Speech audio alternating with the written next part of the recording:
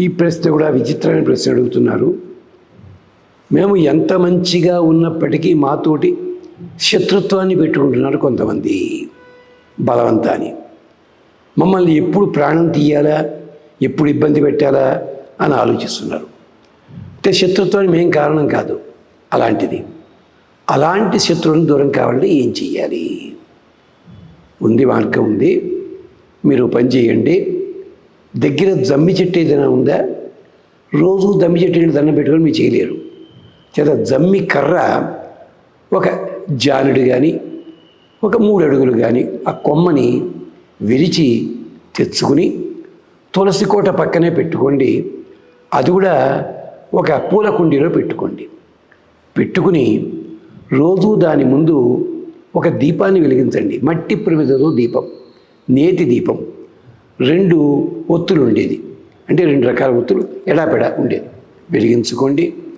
రోజు తప్పనిసరిగా ఏదో ఒక పదార్థాన్ని నివేదన చేయండి. అక్కడ ఈ శ్లోకం చదవండి. ఏమిటది? హంతు ఏనాన్ ప్రదహతు అరిం యో న పృతన్యతి క్రవ్యాద అగ్నినా వయం సపత్నాన్ ప్రదహామసి. ఇది 108 సార్లు చదవండి. మొదట 45 రోజులు చదవండి. ఈ లోపలే మీకు లభిస్తుంది ఫలితం ఖచ్చితంగా, జాగ్రత్తగా.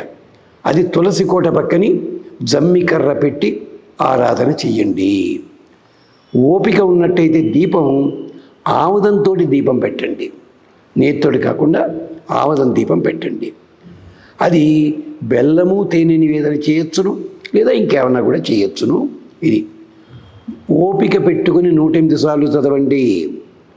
తప్పితే 27 సార్లు చదవండి. సాయంకాలం మీరు ఏమీ చదవక్కర్లేదు. దీపం పెట్టమని అమ్మాయిని, అదే మీ మిసెస్ని ఎవరిలో ఒకరిని నమస్కారం పెట్టండి. హంతు ఏనాన్ ప్రదహతు. ఓ అగ్నిదేవా, మా శత్రువులు ఎవరున్నారో వాళ్ళందరినీ నాశనం చేసేయి నువ్వు. అరిం యో నా పృతన్యతి. మమ్మల్ని పనిగట్టుకుని ఇబ్బంది పెట్టేలాంటి శత్రువులు ఉంటారే వాళ్ళని తొలగించు. క్రవ్యాద, వాళ్ళందరినీ కూడా క్రవ్యాద, మాంసభక్షకులు కదా, నక్కల వంటి వారు. అగ్నినా వయం సపత్నాన్ ప్రదహామసి.